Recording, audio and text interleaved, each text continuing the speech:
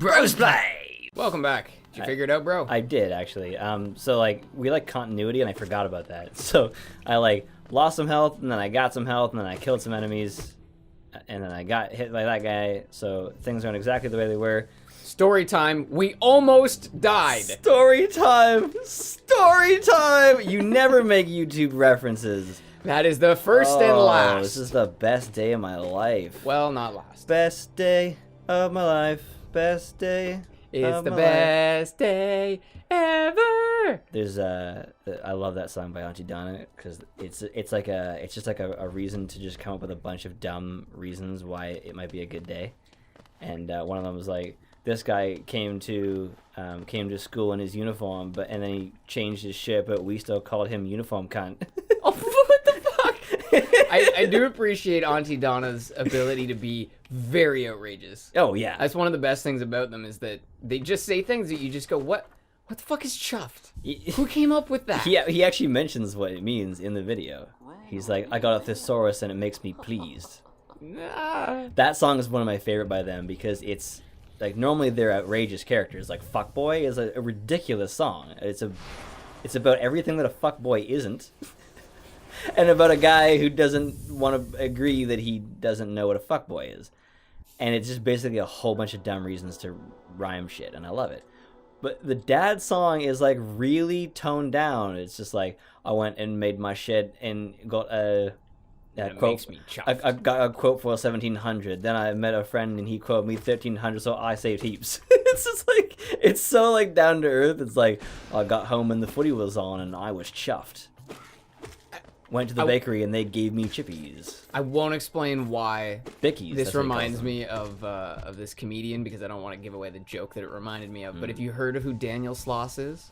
Daniel Sloss? Yeah, Daniel Sloss. That kind of sounds like you gave up with your mouth. A little bit, yeah. You like Daniel Sloss? I like Daniel Sloss. He's pretty cool. What I liked about he did kind of what Dave Chappelle did, where instead of having just straight up comedy specials, he has a comedy special series. So 1 year he put up the first one, it's called Dark, and then the next year, I forget what the second one's called, but instead of making a new series, what the fuck? It's Vengeful Spirit. Jesus, that was wild. And so then the next one is just episode 2 of his, it's just called Live Shows by Daniel Sloss. Did you see that Joe has a new special? I did, and I'm going to go watch it. I'm quite excited. I really like how they put some artistic creativity into the cover. It's like a sketched version of Joe. Oh, I did not actually notice that. We're talking about Joe Rogan for those who don't know that we talk about him all the time. But he did a show in Toronto recently. Did he? Yeah, he actually had to change venues because there was like some sort of strike going on at the first venue, so he changed to another one. Was it a vengeful strike? Probably very vengeful. There's a lot of strikes that go on in Ontario. It's actually very common. Like either the post office or one of the transit people, or someone is on strike a lot of the time. But anyways, the stadium he ended up doing in the end had 10,600 seats. Wow. Yeah, and that's actually apparently a small stadium. Yeah, I mean, relative to stadiums, I suppose. Well, exactly. Apparently, there's other people that do 20,000 person stadiums, 50,000 person stadiums. Can you imagine that?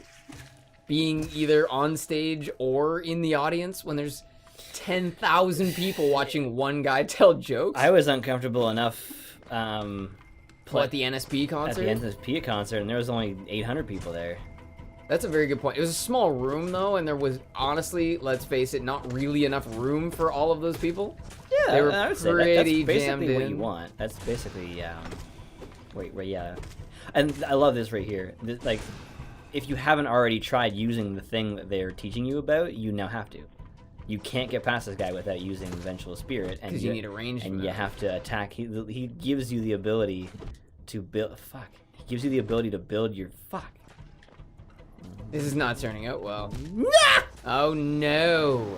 Well, now I get to show you the other Dark Souls element. Magio. You see that little dude?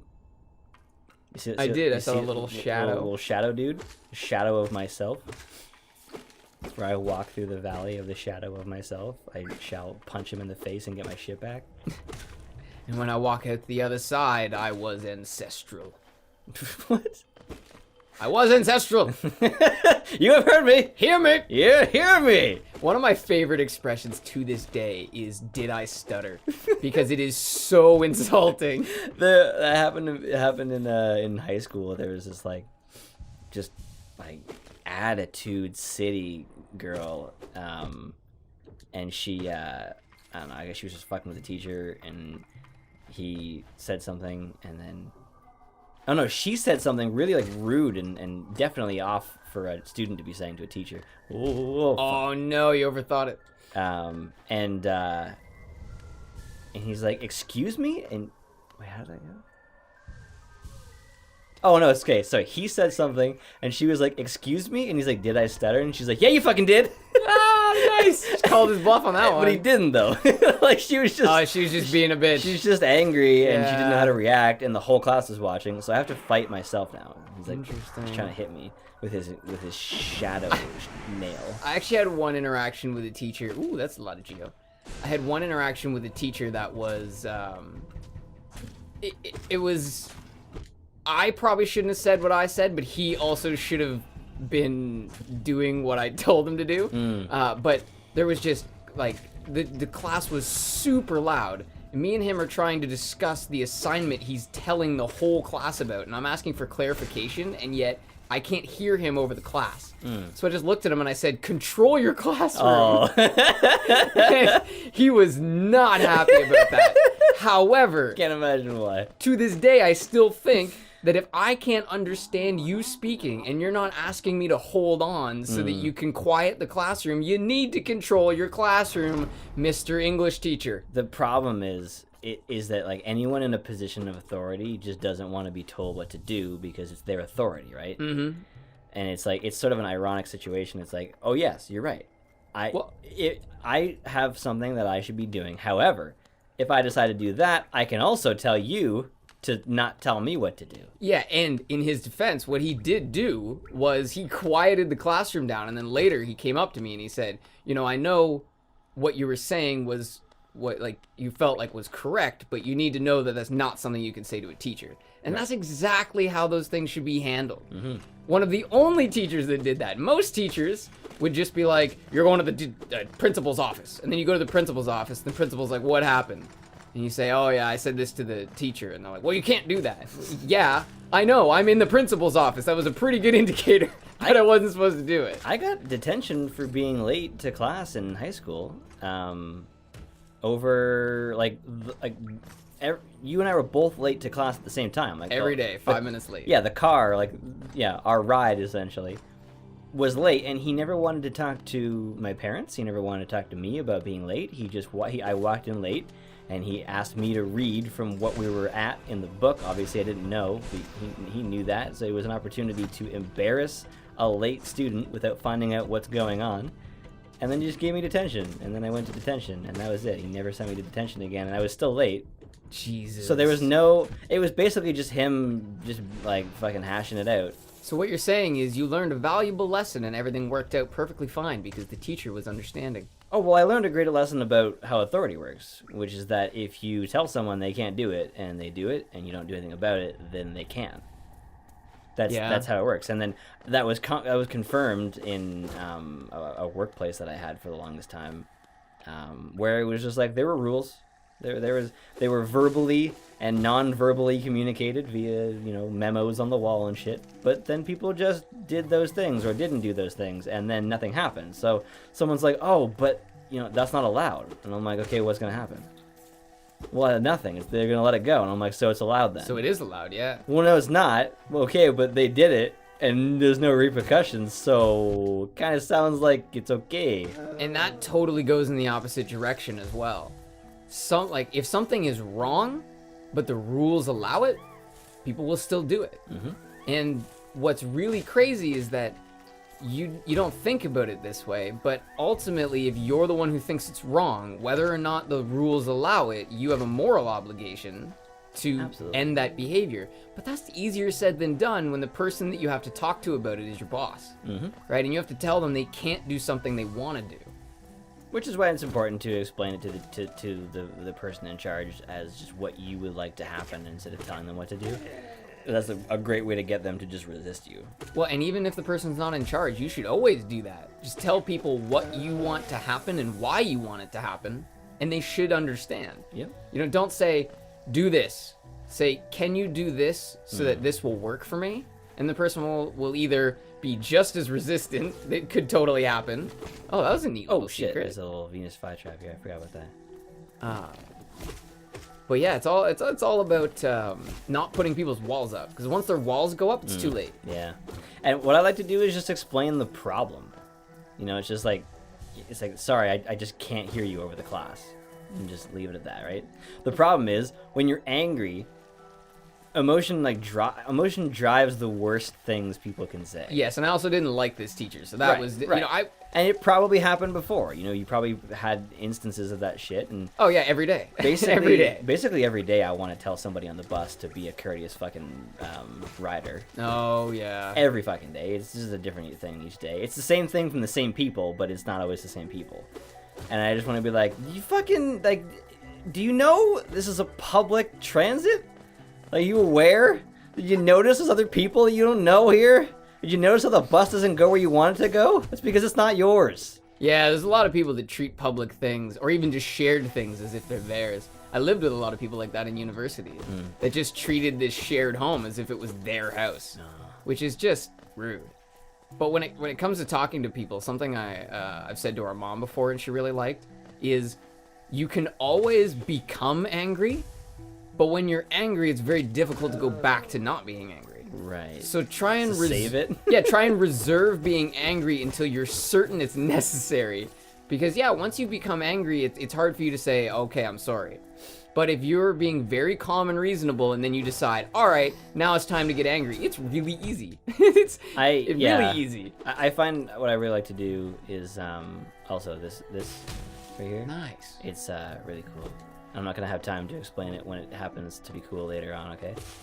Like here, where it gives me the option to jump. That's pretty cool. Oh, beautiful. Or I could just guide this guy into it. No way, you can crush them with it? Of course. Nice. Just like the goo people from that Power Rangers movie. You know, with Dr. Ooze? Barely. Like, there's a part where they can't kill the ooze, and then they drop something on it, and then it dies. But then it comes out of the ground. The ooze comes out from the bottom. The only thing I remember about the Power Rangers movie is the guy telling the kids to buy his ooze and throw it in their parents' faces. Which I thought was the most obscene thing ever. But what were you gonna say there? What was the topic? Where were we at with the topic? You can always get angry, but oh right. What I like to do when people know I'm angry is respond to them with like complete kindness. Like it's so obvious that I'm really fucking angry, and they're like, "I'm so sorry," and I'm like, "It's cool."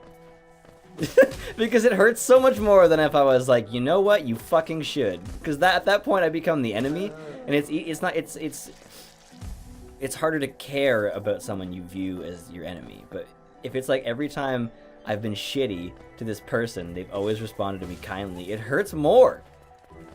And it helps them, well, it helps show that there's a better way to behave too. Yeah. Right?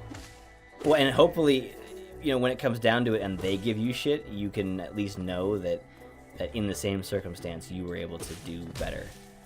I agree. For me, it's always been stay in a place where you know you're doing nothing wrong. I just try not to say things in anger because I don't find that it does anything for me. People rarely ever just go like, you know what, you're right, as I'm yelling at them. Like most of the time it requires me to just speak or not say anything if I don't think it's going to get to them. Yeah, exactly. And that's why, like I said, you got to save the yelling for last. Because at a certain point, words may not work. Maybe you do need to show them like, hey, I am so passionate about what I'm saying that I'm going to shout at you. And also, it's that idea that demons run when a good man goes to war, right? If you never heard that from Doctor Who? I like that though. Yeah, and the idea is that when someone is nice and calm all the time, when that person decides not to be nice and calm, A, there's a good reason, and B, people take note. People do, actually. I've seen that before. It's like, did you hear about the time? Yeah, the time that Dave got pissed. Yo, Joe, you don't even want to know what Joe do when he get mad though. By the way, that weird like six-eyed thing that I found, that like hunter guy. Yeah. He's just like gave me a journal, so every time I kill something, it'll give me information on that fucking. This actually bugged me last time I played it. Why would this be so close to enemies? Fuck. Yeah, and the enemies respawn when you go through that transition. No, they just get their health back. Oh, okay. And there's a knockback when I hit people, so it's like really frustrating. I love that move. That's so badass. Ow. Yeah, and it's like your main, it's like your go-to. And that's what I was talking about when I said a shared resource pool.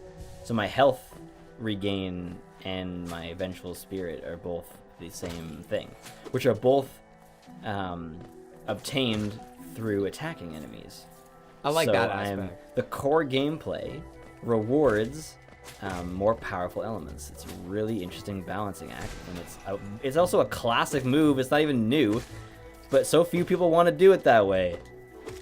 Like, something I really don't like about a lot of RPGs is when like ultimate moves just come back after time. And it's like every game wants to do that. It's just like, don't worry, eventually you'll get it. You just need to use it better next time instead of giving you a thing that gets you it back. Yeah, I only appreciate that in competitive play. Oh yes, I think the way that Overwatch does it is beautiful. That way that everybody gets their ultimate eventually, and it's about how you use it. Whereas a game like Destiny doesn't need to have that. You can have an ability where like the more you shoot people, the more you get your stuff back, and headshots or whatever, kills, get you more of that thing back. That would be a really cool design. Instead, it's just like every minute you get to shoot people for no consequence. Something I'd really like to see in League of Legends is when you hit level 6, which is where you unlock your ultimate move, the cooldown should immediately go. So that, let's say it has a 2-minute cooldown or whatever. When you hit level 6, rather than having it immediately, you have to wait for the move to cool down. Oh, interesting. And it would majorly change competitive play, and most players would be very resistant to that idea. But to me, it just reduces the influence of hitting level 6 first. Yeah. Right? Because as soon as you hit level 6, you now have you have 4 moves. The other guy has 3 moves. I just want to point this out, that these two dead guys here are just like, it's like a little like visual storytelling. Like he's just like dead. This guy's like dead in the spot he sat in. And they're looking at each other. Because Yeah. that's the back of that guy. Yeah. It's like one of those moments in like Left 4 Dead where you see bodies with drapes over top of them, and like it says something about that scenario without actually being Bodies sitting in beds. Yeah. That's always in 28 Days Later. There was a scene that really got me. It was when he goes to his parents' house. Yes. And The wine. The wine? Is that what it was? They killed themselves Wine together. and pills. Yeah. Yeah. It's sad, but it points out a reality that is not always brought up. It's actually like a focus in the road, like whether or not they should die on their own terms is like a huge thing. She's like, other families are doing it. Why aren't we doing it?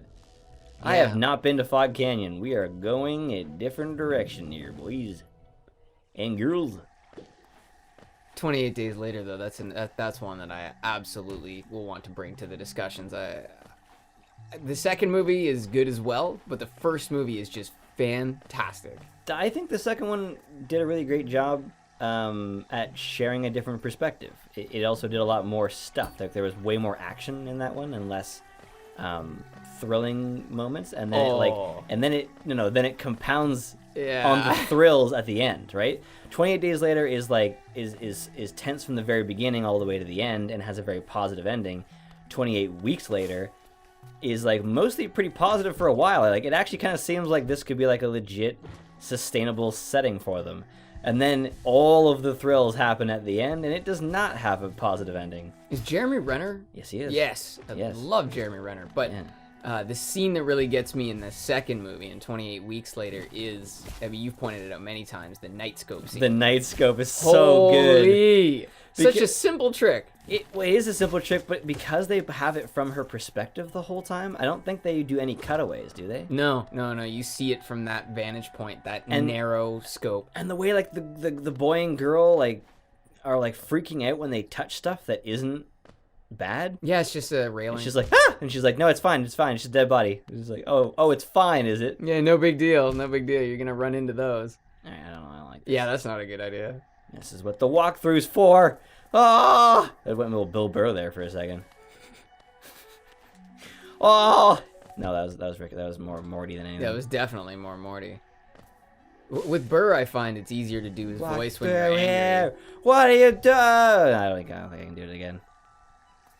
Yeah, you have to bring anger to it if you wanna pretend to be Burr. You know?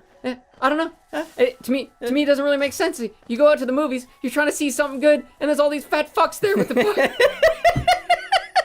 I just know that's one of his favorite expressions. Fat fucks. Yeah. He did his thing where he was on some show and like it was like an interview, but they were like so clean that he had like nothing to go off of. So he kept mentioning this chair he was on. He was just like, this chair is awful. He's like, I don't know if it's like the hormones making me a soft person or whatever, or maybe people used to be like shorter and tougher. I don't know.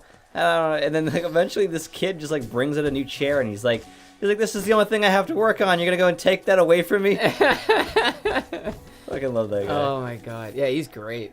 Or I don't know if you have. Did you ever hear the End of the World podcast? No. Which is kind of an interesting thing for really anybody to go and see because it's very unusual.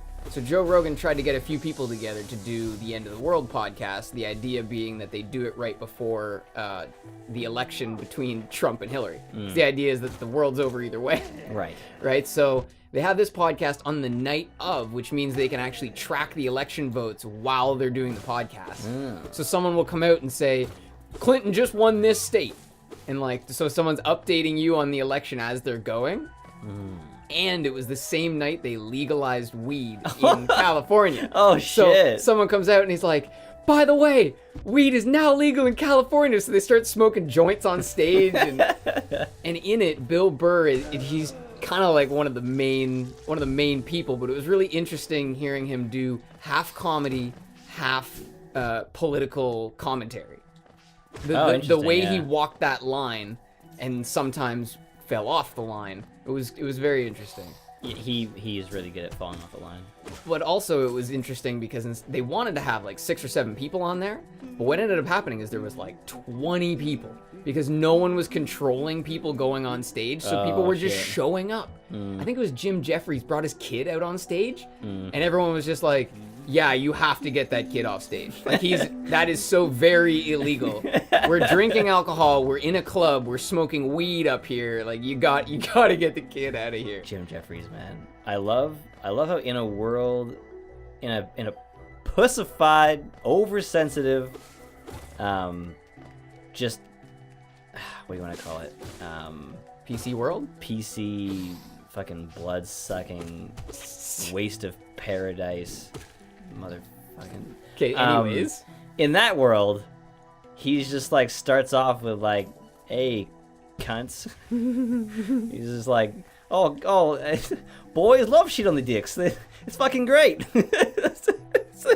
Jesus Christ. He's just talking about his son, how like it's just like whatever, like boys are just so easy. It's just like you know, like a baby just like gets covered in its own feces and he just doesn't care.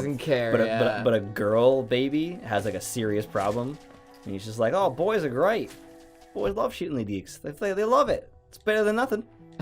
Jesus Christ. Yeah, there's a movement towards just not being PC for the sake of it in some ways. The guy that I was mentioning earlier, Daniel Sloss, he does this whole joke series essentially, like this whole segment of one of his specials is about his sister who died when he was 9. Oh jeez. Yeah, and he does it, and there's certain parts of it that aren't even funny, and he's trying to point out that not everything that's tragic isn't funny. Right? We make that assumption that just because something sucks, that there's no comedy to be had in it, but that's how people get depressed.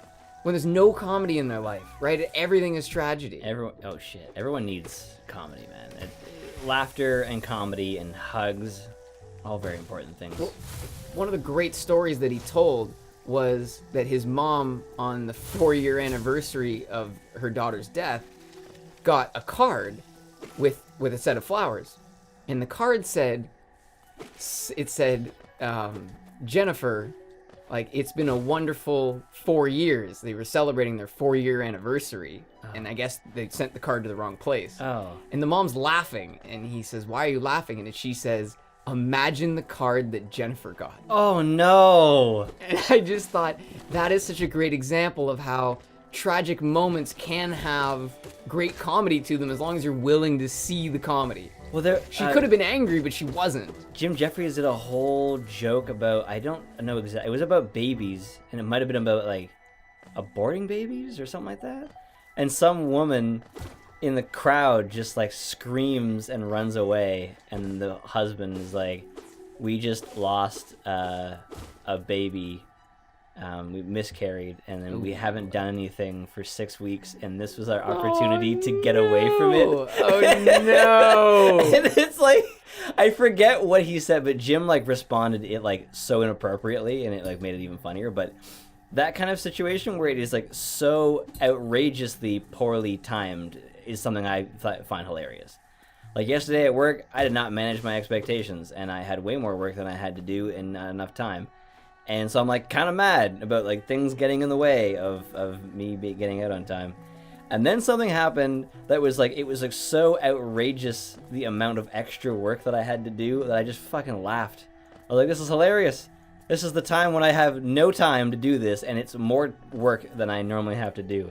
And so it was so funny because it was so much work that it was funny. Little things that got in the way would have been a tough thing, but this major thing that just interrupts everything. Yeah, exactly. It changes things. Yeah, it's almost like what I was saying about the puns, where they come full circle and start to go the other way. Yeah. Like, sometimes an inconvenience is so inconvenient that it's actually hilarious how shitty it is.